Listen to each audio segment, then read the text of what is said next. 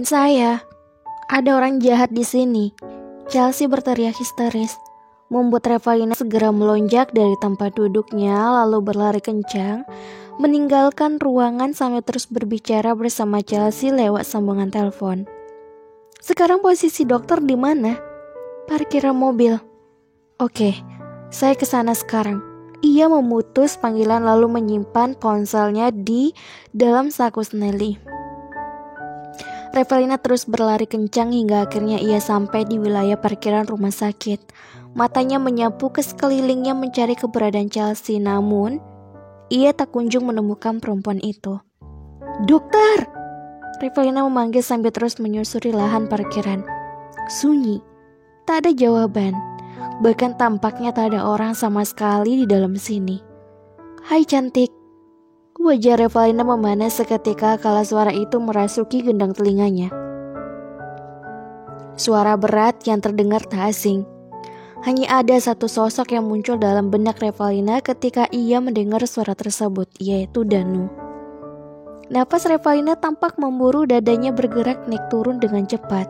Tak berniat sedikit pun untuk berbalik menatap lelaki yang kini berdiri tepat di belakangnya. Sambil tersenyum jahil, ia hanya diam dengan pandangan lurus ke depan, bersiap untuk melarikan diri sebelum hal buruk terjadi pada dirinya. Revalina, suara Danu semakin dekat. Jangan kesini, jangan sentuh aku, dan jangan muncul di hadapan aku. Danu terkekeh pelan. I want you, girl. 20 pesan belum dibaca. Hanya itu yang tersisa di layar ponsel Kaeden, pesan yang dikirimkan Revalina sejak 2 jam yang lalu. Dan kini Kaeden, Rafli juga Farah sedang panik sendiri karena tak bisa menemukan anak itu dimanapun. Malam ini semua tenaga medis ada rapat penting yang seharusnya dihadiri oleh semua perawat maupun dokter. Dan satu-satunya yang tidak hadir di tengah-tengah mereka hanyalah Revalina. Ketiga dokter itu sudah berusaha menelpon, bahkan mencari di segala sudut rumah sakit, tetapi tetap tak menemukan cewek itu, membuat semuanya makin khawatir. Apalagi yang dapat mereka temukan hanyalah ponsel Revalina yang tergeletak begitu saja di atas aspal parkiran rumah sakit. Untuk memastikan, kali ini Rafli mencoba menghubungi orang tua Revalina sambil berharap bahwa perempuan itu memang sudah pulang ke rumah karena tak enak badan.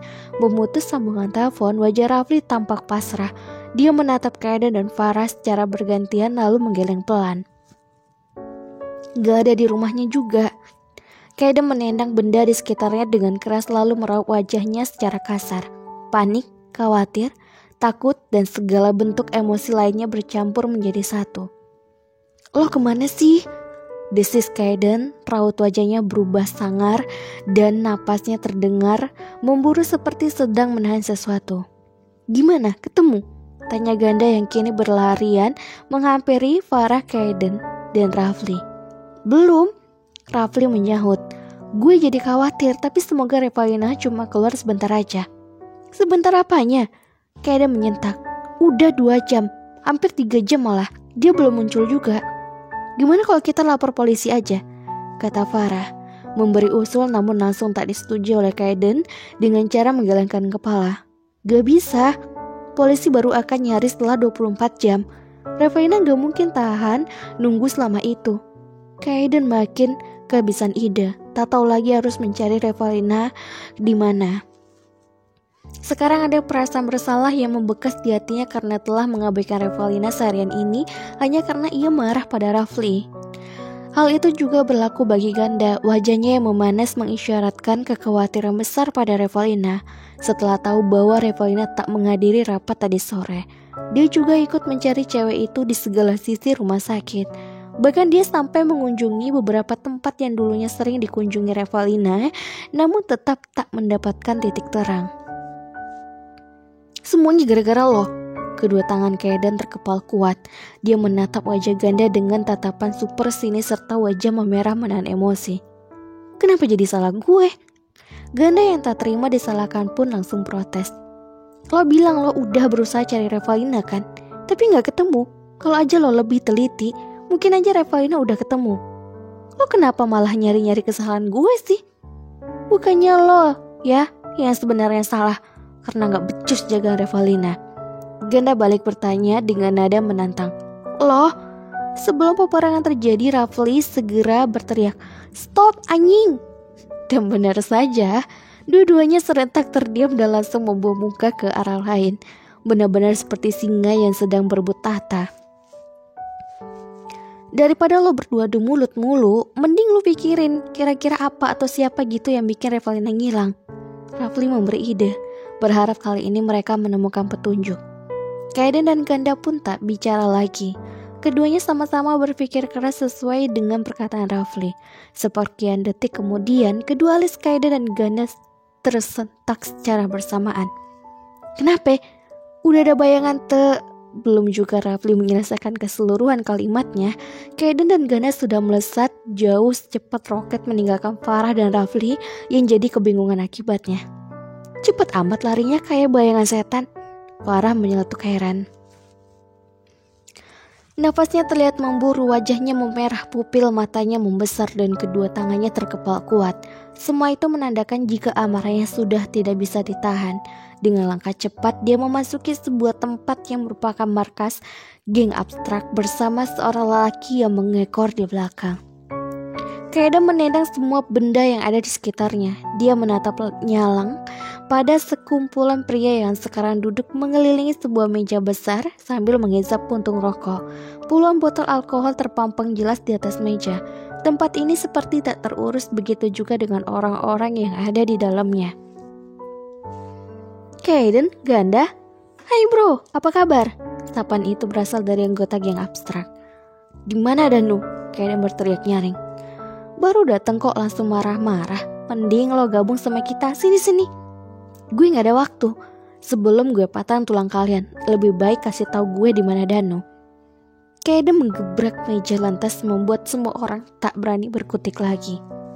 Detik selanjutnya, seorang lelaki bertato yang baru saja keluar dari suatu ruangan berjalan mendekat ke arah Kaiden.